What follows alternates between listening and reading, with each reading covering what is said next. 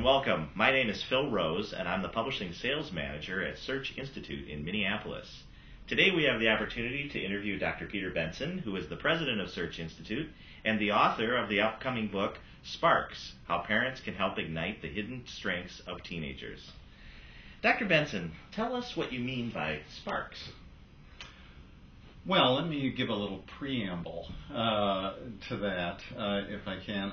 You know, one of the big issues in America is that we treat teenagers like they are problems that we have to manage and control. And we do this all the time. And we forget how alive teenagers are to themselves and to the world, and what their potential is to matter, to contribute, to make a difference, to flourish, to thrive.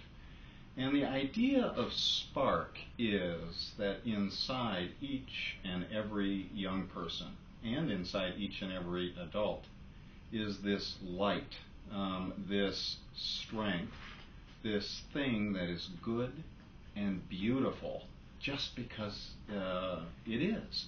And young people we hardly ever treat as though there is something in them when they're 15, 16, 17 years old. There's something good and beautiful and useful to the world about you. It might be the flute. It might be the way you fix engines. It might be the way you serve and help.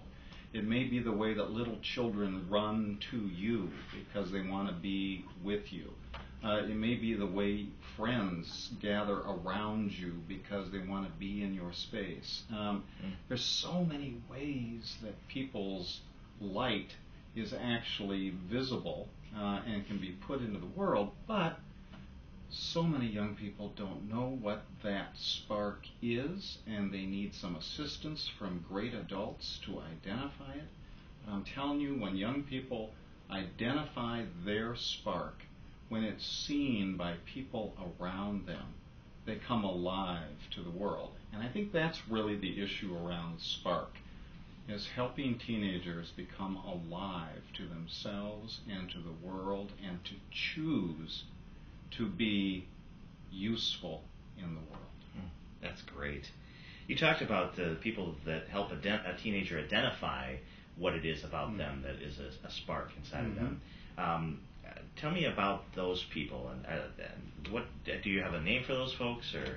Well, the book calls them Spark Champions. That's great. And a Spark Champion can be a parent, it can be a mother, a father, an uncle, an aunt, it can be a neighbor, it can be a youth worker in an after-school program, a coach, a teacher, a grandparent, it can be a buddy, a friend. It can be anybody in community who looks at a young person, and instead of seeing negative energy, seeing problems, seeing deficit, is able to look at them and say, you know, there is something about you that is so cool, and here's what I see. And sometimes it's not altogether obvious. Let's take a young person who's really popular in a high school, but they don't know how to identify their own spark. A conversation with that young person about what do you suppose it is about you that draws people to you? What is it that you do? Because it's really a beautiful thing. And when a young person begins to understand that underneath that is something about them that they really should be putting into the world in a proactive and positive way. Maybe that's leadership. Maybe the spark is leadership. Maybe the spark of being popular in this case is being a bridge builder. That young people from many walks of life come to you and say, I want to be in your space. Bridge building. What a great way to identify a spark. So sometimes young people can use some guidance from a spark champion on what it is about them that is actually good, beautiful, and useful. But here's something else that's really interesting, is about 62% of teenagers, when asked, what is your spark, when we identify this territory, 62% of American teenagers can name it. And they can name it like that. And it surprised me when doing thousands of interviews with young people across America how easily young people get the idea of spark. I didn't have to speak the whole paragraph. Sure. They know light, fire, flame.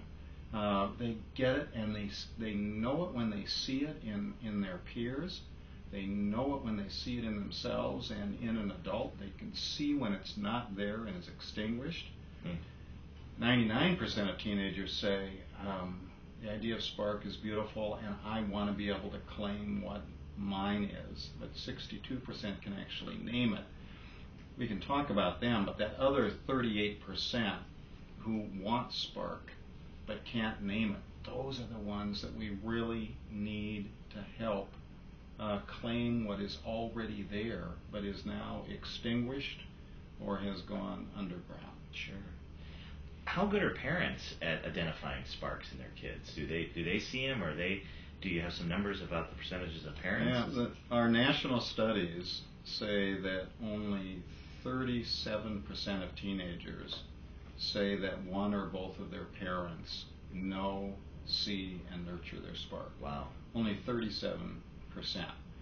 And it is a capacity that every parent has, but it takes a different conversation, a new view, a new willingness to go beyond your management, control, and censoring of your young person, which is important too.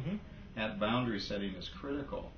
But to have the conversation, and to have it many times with your young person about, I see something that is really gorgeous, and we gotta put that out there and celebrate it. And then what's really fun is when a teenager turns the table on the parent.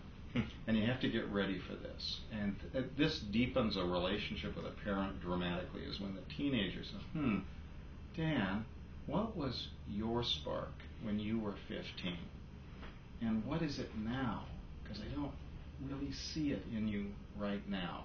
And it starts an inquiry process by a parent about their own spark journey, how well they have kept it alive, where it shows up, how it's nurtured.